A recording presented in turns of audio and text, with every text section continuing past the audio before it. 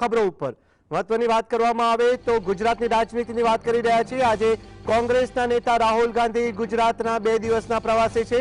કોંગ્રેસની કાયાપલટ માટે હવે તૈયારીઓનો ધમધમાટ જોવા મળી રહ્યો છે।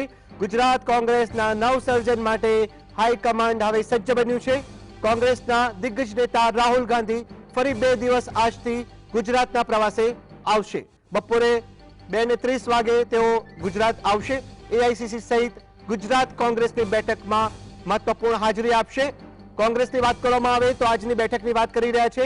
कोंग्रेसना 150 थी वधु निरीक्षको साथे महत्वपूर्ण बेठकनुं एक आयोजन करवामां आव्युं छे।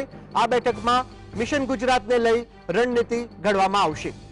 गुजरातनी बात करीए तो मृतपाय गुजरात कोंग्रेसमां प्राण फूंकवा हवे हाईकमांडे मोर्चो संभाळ्यो छे।